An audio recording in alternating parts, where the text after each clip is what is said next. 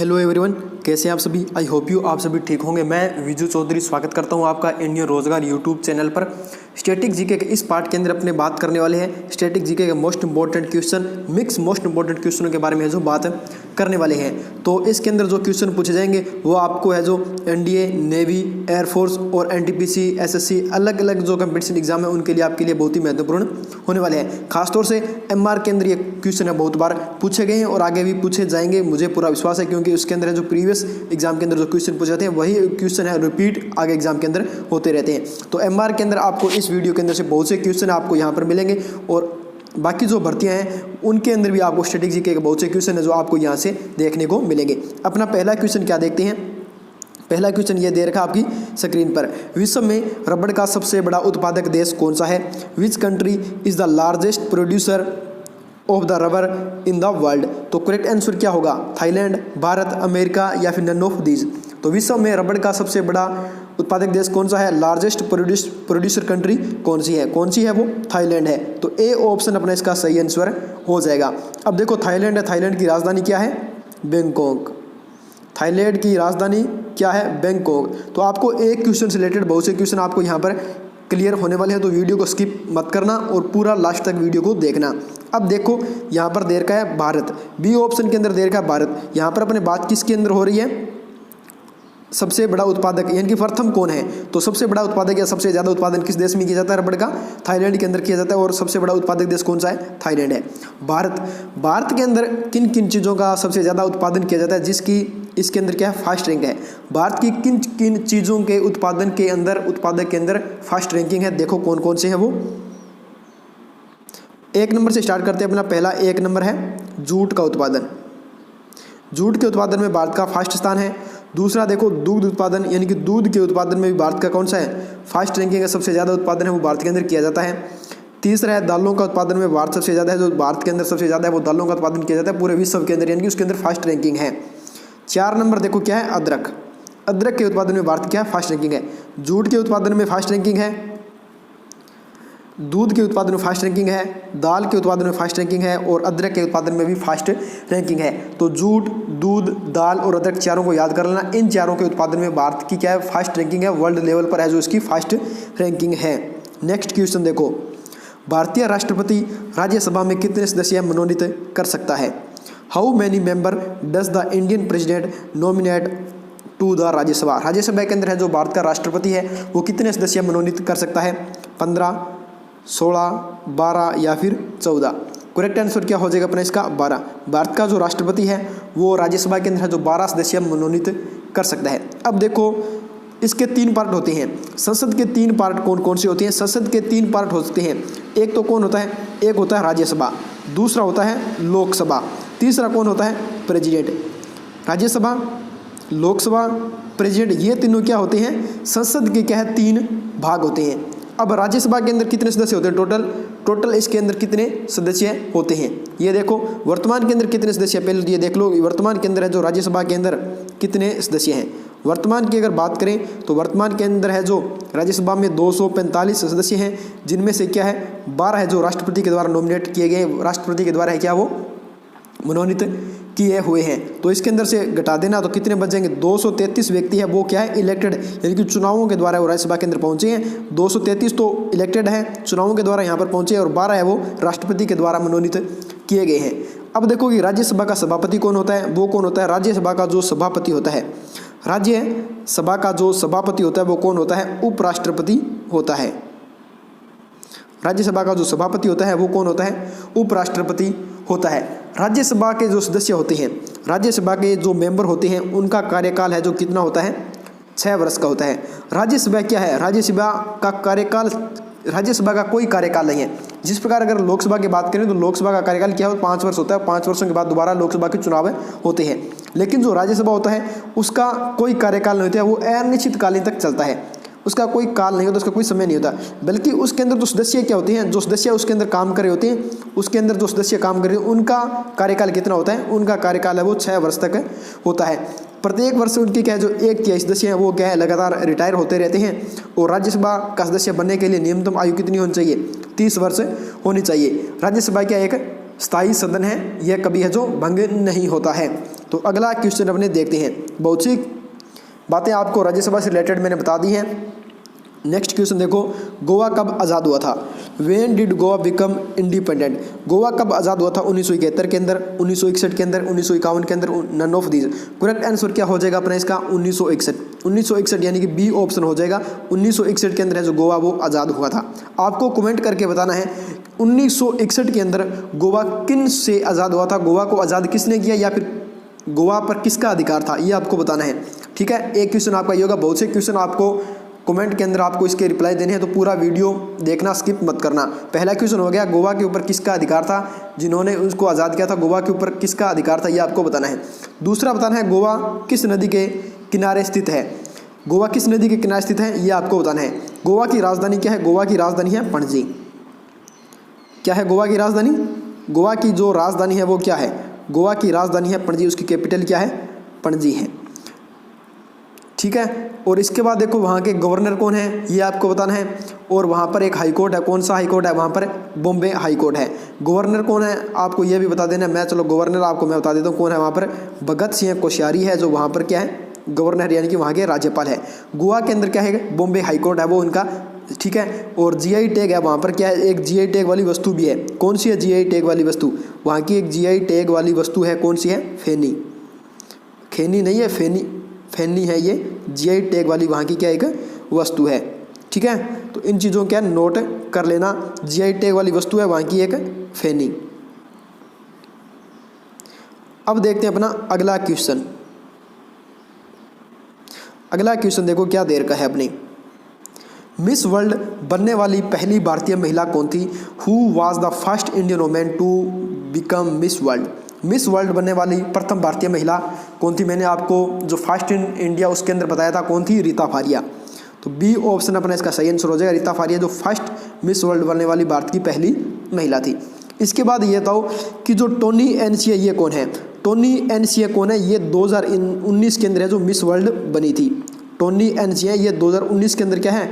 Miss world बनी थी। इसके बाद मिस यूनिवर्स कौन बनी थी 2019 के अंदर? 2019 के अंदर है जो जॉर्ज बिनी तुंजी है, ये 2019 के अंदर क्या है? मिस यूनिवर्स बनी थी।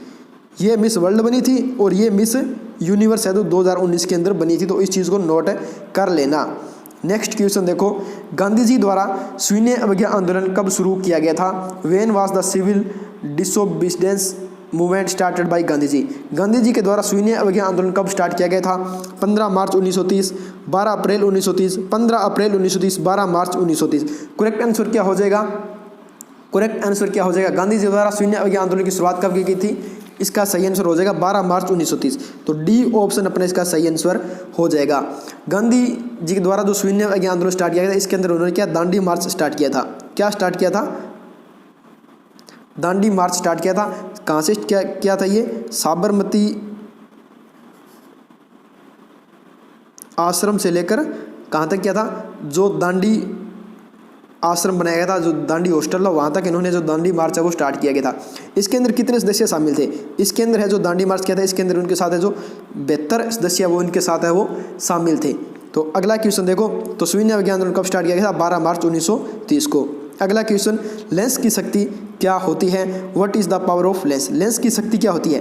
लेंस की शक्ति क्या होती है? जो चश्मे वाला लेंस होता है उसकी शक्ति क्या होती है? हॉर्स पावर, डायोप्टर, डायने या फिर नन ऑफ दिस? सही आंसर हो जाएगा अपना इसका डायोप्टर। डायोप्टर जो लेंस की शक्ति होती है, बी ऑप्शन अपना इसका करेक्ट आंसर हो जाएगा।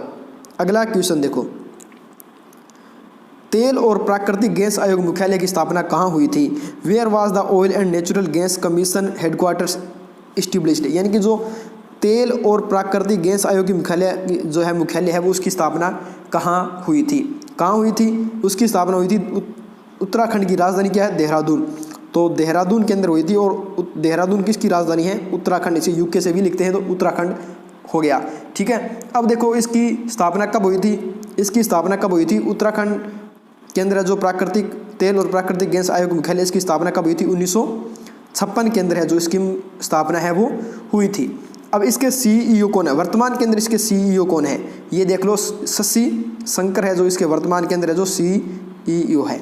ठीक है, सब क्लियर हो गया। अगला क्वेश्चन देखो, किस देश की जनसंख्या सबसे अधिक है? Which country has the largest population? Population सबसे ज़्यादा किस कंट्री का है? भारत का है, ब्राज़ील का है, अमेरिका का, या फिर नन ऑफ दिस? इसका क्वेश्चन का आंसर क्या हो जाएगा अपना? इस आंसर के अंदर नन ऑफ दिस, यानी कि चीन होगा। क्यों सबसे ज़्यादा जनसंख्या किसकी है? चीन की है। और चीन के बाद भारत की भी सबसे ज़्यादा, कुछ टाइम के अंदर जो भारत की जनसंख्या वो चीन से भी ज़्यादा हो जाएगी। तो किस देश की जनसंख्या सबसे अधिक है? नन ऑफ दिस हो जाएगा। लेकिन करेक्ट आंसर क्या दे रखा है अपना यहाँ पर?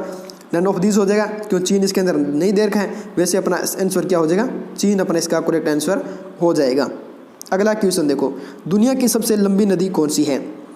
विच is the longest river in the world? Longest river दे रखा है यहाँ पर, नहीं कि लार्जेस्ट है। ठीक है, लंबी पूछा है, नहीं कि इन्होंने बड़ी पूछा है। तो लंबी नदी पूछा है, यानी कि लॉन्गेस्ट रिवर पूछा है। नील है, अमेजन है, दोनों है, या फिर none of this? Correct answer क्या हो जाएगा? करेक्ट आंसर क्या हो जाएगा? दुनिया की सबसे लंबी नदी कौन सी है? दुनिया की सबसे लंबी नदी कौन सी है? नील नदी। तो ए ऑप्शन अपना इसका करेक्ट आंसर हो जाएगा। नील नदी है जो दुनिया की विश्व की सबसे क्या है? लंबी नदी है। अगला क्वेश्चन देखो, भारत में पहली यात्री ट्रेन कब चली थी? When did the first passenger train run in India? Bharat के अंदर जो पहली पैसेंजर ट्रेन है वो कब दौड़ी थी? 1852 के अंदर, 1853 के अंदर, 1854 के अंदर, या फिर नन ऑफ दिस? तो भारत के अंदर जो पहली पैसेंजर ट्रेन है वो कब चली थी? 1853 के अंदर चली थी। किसने चलवाई थी? ये ट्रेन चलवाई थी लॉर्ड डलहौजी ने। किसने चलवाई थी? लॉर्ड डलहौजी ने जो पैसेंजर ट्रेन चलाई थी। कहाँ से चलाई थी? मुंबई से लेकर कहाँ तक? थाने तक। 1853 के अंदर लॉर्ड डलहौजी ने जो पैसेंजर ट्रेन भारत के अंदर चलवाई थी, मुंबई से लेकर थाने तक। ठीक है, सब कुछ क्लियर हो गया। करेक्ट आंसर हो जाएगा अपना इसका 1853। नेक्स्ट क्वेश्चन देखो, उत्तर पूर्व में वह कौन सी जगह है जहां 1944 में आज़ाद हिंद फौज को अंग्रेजों ने हराया था? Which place in the north east where the British defeated Azad Hind Fauj in 1944? Correct answer क्या हो जाएगा? Kohima, Imphal, Aizawl, none of this? Correct answer क्या हो जाएगा? 11 नंबर क्वेश्चन का करेक्ट आंसर क्या हो जाएगा? इम्फाल। इम्फाल के अंदर है, उत्तर भारत के अंदर हो गया इम्फाल। ठीक है, 1944 के अंदर आज़ाद हिंद फौज और अंग्रेज़ों की फौज है जो उनके बीच है, जो ब्रिटिश कंपनी थी उसके बीच लड़ाई हुई थी, जिसके अंदर ब्रिटिश कंपनी ने जो आज़ाद हिंद फौज को है वो हरा दिया था। कहाँ पर हराया था? इम्फाल के अंदर। इम्फाल किसकी राजधानी है? मणिपुर की। तो मणिपुर की राजधानी इम्फाल के अंदर है जो आज़ाद हिंद फौज को अंग्रेज़ों के द्वारा हरा दिया गया था। अब आपसे ये क्वेश्चन पूछता हूँ मैं कि जो आज़ाद हिंद फौज की स्थापना किसके द्वारा की गई थी और कब की गई थी? ठीक है, इसका कमेंट बॉक्स के अंदर आंसर आ जाना चाहिए। अगला क्वेश्चन देखो, विश्वनाथन आनंद किस खेल से संबंधित है? Vishwanath Anand is related to which sports? किस खेल से संबंधित है? शतरंज से है, खो खो से है, टेनिस से, या फिर none of this? Correct answer हो जाएगा शतरंज, यानी कि शतरंज। ठीक है, चेस भी इसे बोलते हैं, चेस इसका करेक्ट आंसर हो जाएगा। शतरंज अपना ए ऑप्शन इसका करेक्ट आंसर हो जाएगा। अगला क्वेश्चन देखो, अशोक द्वारा लड़ा गया अंतिम युद्ध कौन सा है? Which is the last battle Ashoka fought? Ashok के द्वारा कौन सा युद्ध है वो लास्ट लड़ा गया था? पानीपत का युद्ध, तक्षशिला का युद्ध, कलिंग का युद्ध, या फिर नन ऑफ दिस? अशोक के द्वारा कौन सा युद्ध है वो सबसे लास्ट, या फिर उसका लास्ट युद्ध था जिसके बाद उसने कोई भी युद्ध नहीं लड़ा, उसने युद्ध पद्धति को त्याग दिया, कोई भी युद्ध उसने नहीं किया? कौन सा युद्ध था वो? कलिंग का युद्ध। कलिंग के युद्ध के बाद उसने कोई भी युद्ध नहीं लड़ा। क्यों नहीं लड़ा? क्योंकि कलिंग के युद्ध के अंदर है जो बहुत लोगों की मारकाट हुई, बहुत जो बेकसूर लोग थे, बेगुनाह लोग थे, उनकी क्या मौत हो गई। बहुत ही जनता है उसके साथ दुर्व्यवहार किया गया, जनता को मार दिया गया, बहुत ज़्यादा वहाँ पर क्या नरसंहार हुआ था। इस कारण अशोक ने क्या युद्ध पद्धति को त्याग दिया, उसके बाद कोई भी उसने युद्ध नहीं किया। तो कलिंग का युद्ध उसके जीवन का क्या है? आखिरी युद्ध था। ठीक है, अब ये बताना कि कलिंग का युद्ध कब हुआ था और कहाँ हुआ था? कब और कहाँ हुआ ये आपको कमेंट बॉक्स के अंदर बताना है। ठीक है, अगला क्वेश्चन देखो, ब्लड ग्रुप ओ वाले लोगों में क्या पाया जाता है? What is the found in the people with blood group O? जिन व्यक्तियों का क्या ब्लड ग्रुप ओ होता है उनके ब्लड ग्रुप के अंदर क्या पाया जाता है? ए और बी, यानी कि ए ब्लड ग्रुप या बी ब्लड ग्रुप दोनों उनके साथ एक अंदर पाए जाते हैं, या फिर उनमें एंटीजन पाया जाता है, या फिर उनमें कोई भी एंटीजन नहीं पाया जाता, या फिर नन ऑफ दिस? तो उनके अंदर क्या होता है? नो एंटीजन होता है, कोई भी उनके अंदर एंटीजन नहीं पाया जाता है। इस कारण क्या है, ओ ब्लड ग्रुप वाला जो व्यक्ति होता है या फिर जिस व्यक्ति का ब्लड ग्रुप ओ है उसका ब्लड है या रक्त है वो प्रत्येक व्यक्ति को है वो प्रोवाइड कर सकता है, उसके अंदर कोई भी प्रॉब्लम या कोई समस्या नहीं होती है। तो ओ वाले लोगों में क्या पाया जाता है? नो एंटीजन पाया जाता है। तो सी ऑप्शन अपने इसका करेक्ट आंसर हो जाएगा। नेक्स्ट क्वेश्चन देखो, गौतम बुद्ध का जन्म कहाँ हुआ था? Where was the Gautam Buddha born? Gautam Buddha का जन्म कहाँ हुआ था? बोध गया में, लुम्बिनी में या फिर सारनाथ में? करेक्ट आंसर क्या हो जाएगा अपना इसका? लुम्बिनी में हुआ था। लुम्बिनी कहाँ पर है? ये है अपने नेपाल के अंदर। गौतम बुद्ध का जन्म कब हुआ था? 563 बिफोर क्राइस्ट, ठीक है, 563 बिफोर क्राइस्ट लुम्बिनी नेपाल में हुआ था। अब आपको पता है बोध गया और सारनाथ ये गौतम बुद्ध से क्यों संबंधित हैं, ठीक है, गौतम बुद्ध से संबंधित हैं बोध गया और सारनाथ। सारनाथ के अंदर क्या कुछ था ये आपको कमेंट करके बताना है। बोध गया अंदर क्या कुछ मिला था, उनको क्या मिला था, ये आपको कमेंट करके बताना है। अगला क्वेश्चन देखो, सौरमंडल का सबसे बड़ा ग्रह कौन सा है? Which is the largest planet in the solar system, ठीक है, तो सबसे बड़ा ग्रह कौन सा हो जाएगा? सोम, शुक्र, बृहस्पति या फिर none of this? Correct answer क्या हो जाएगा? सौरमंडल का सबसे बड़ा ग्रह कौन सा हो जाएगा? बृहस्पति।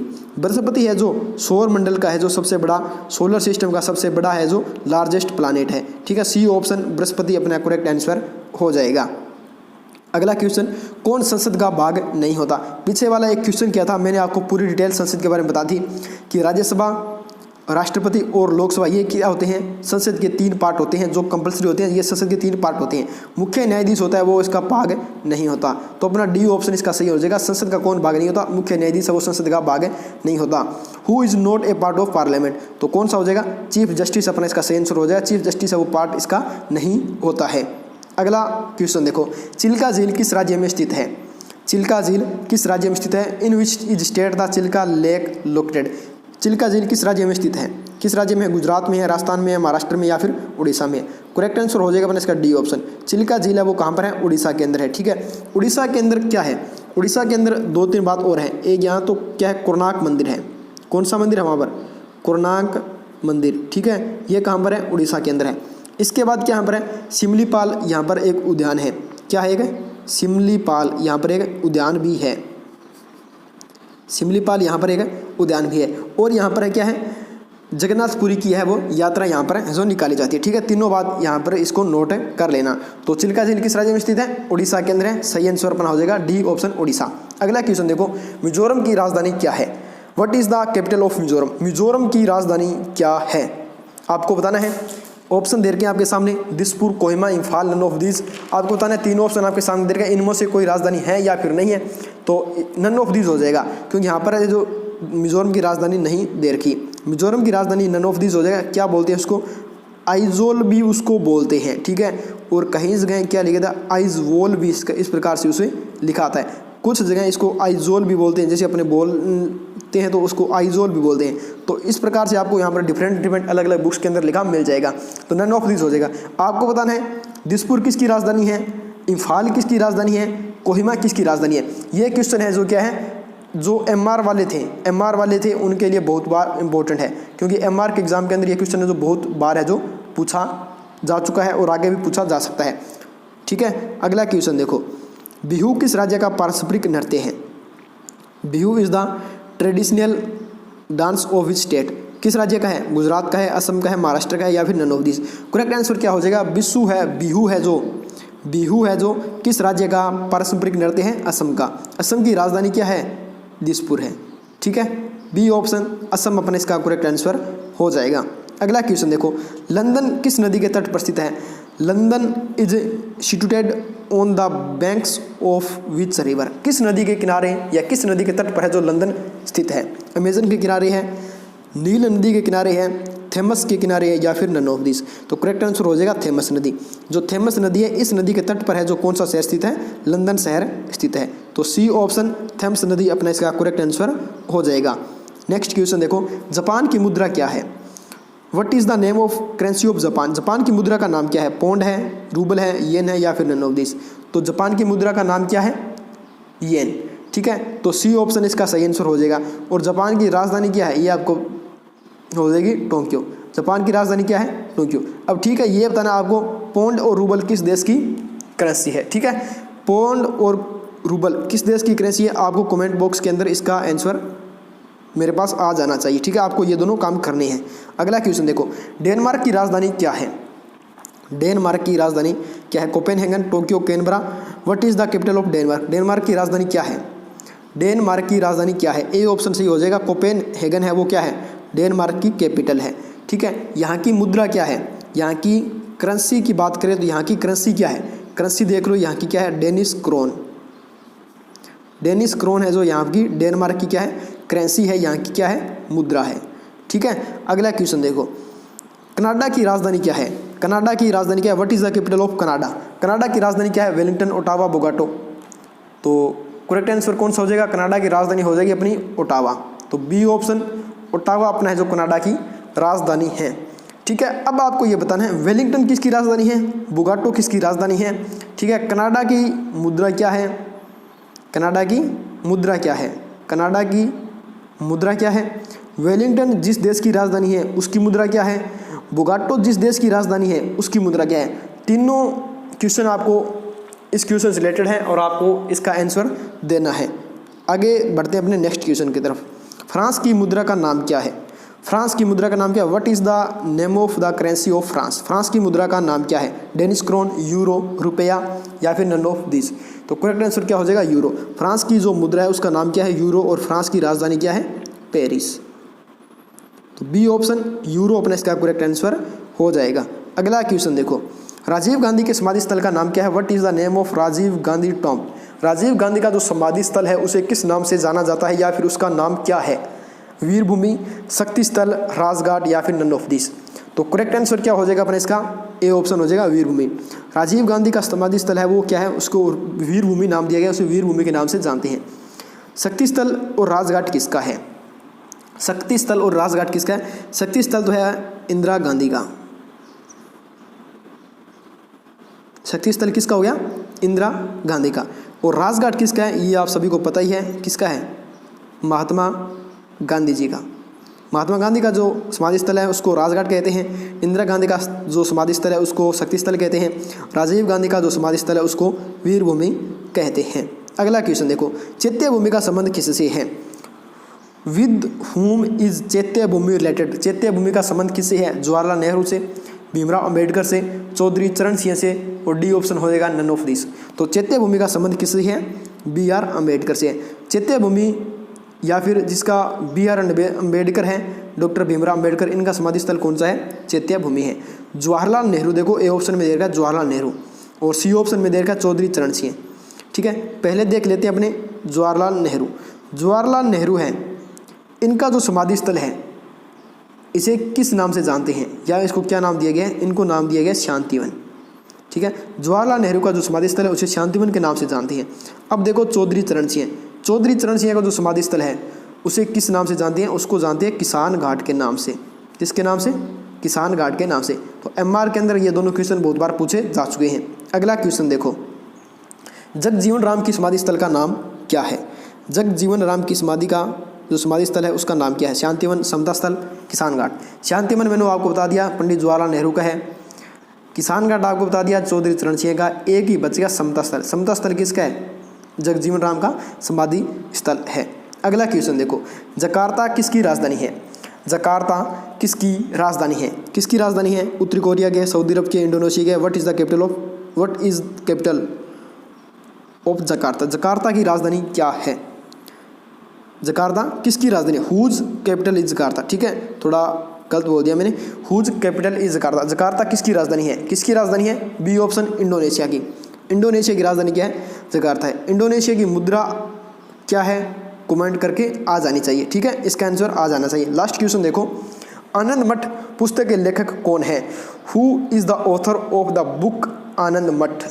करेक्ट आंसर क्या हो जाएगा? मोरारजी देसाई, लाल बहादुर शास्त्री, इंदिरा गांधी या फिर बंकिम चंद्र चटर्जी। ठीक है, अगला इसका आंसर क्या हो जाएगा अपना? इसका करेक्ट आंसर क्या हो जाएगा? तो आनंद मठ है जो बुक है ये किसके द्वारा लिखी गई है? बंकिम चंद्र चटर्जी के द्वारा लिखी गई है। तो अपने मोस्ट इंपॉर्टेंट क्वेश्चन है जो स्टैटिक जीके के मोस्ट इंपॉर्टेंट 30 क्वेश्चन मैंने आपको कंप्लीट करा दिए। आपने इनमें से कितने क्वेश्चन सही किए ये आपको कमेंट बॉक्स के अंदर देना है, और जितने क्वेश्चन मैंने आपसे प्रत्येक क्वेश्चन के ऊपर पूछे हैं उस क्वेश्चन का आंसर आपको कमेंट बॉक्स के अंदर आपका जो आ जाना चाहिए। अब कल एक स्टूडेंट का जो कल एक वीडियो थी अपनी, उसके अंदर एक स्टूडेंट का कमेंट आया था कि जो अपनी इंडियन रोजगार की जो ऐप है उस पर क्या है वो लॉगिन नहीं कर पा रहा। तो उसके अंदर लॉगिन नहीं कर पा रहा, तो मुझे इसकी पूरी जानकारी नहीं है। डिस्क्रिप्शन के अंदर जाओगे तो वहाँ पर इंस्टाग्राम का एक ऑप्शन दे रखा है, इंस्टाग्राम की जो एक लिंक दे रखा है वहाँ पर है जो रविंदर सर का इंस्टाग्राम लिंक दे रखा है, उस इंस्टाग्राम लिंक को ओपन करो और उनके पास मैसेज कर दो कि सर इंडियन रोजगार ऐप पर मेरा है जो लॉगिन नहीं हो रहा है या फिर मेरा रजिस्ट्रेशन है वो नहीं हो रहा है, तो क्या दिक्कत आपको आ रही है, वो आपको है जो मैसेज करके या फिर आपसे बात करके जैसे भी आपको वो रिप्लाई दे देंगे। ठीक है, आपको वीडियो पसंद आए तो वीडियो क्या है लाइक करना, शेयर करना और वीडियो आपको कैसा लगा कमेंट करके है जो ज़रूर बताना। धन्यवाद।